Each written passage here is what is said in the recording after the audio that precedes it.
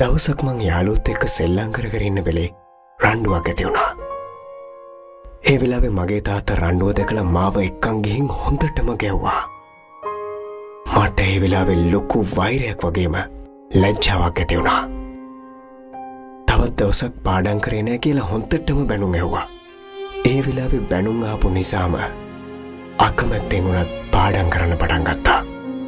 කාලයක් ගත වුණා.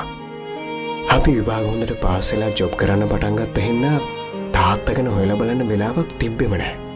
ඒත් හදිස්සියෙම මම ඔෆිස් ඉඳන් ගෙදර එද්දි තාත්තා බිම වැටිලා හිටියා.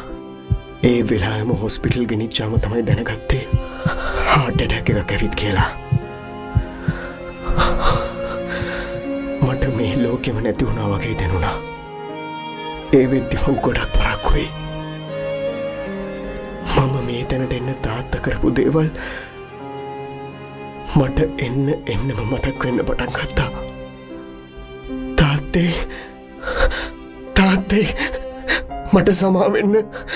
මට ස්තුතියි කියන්න බැරි වුණා තාත්තේ.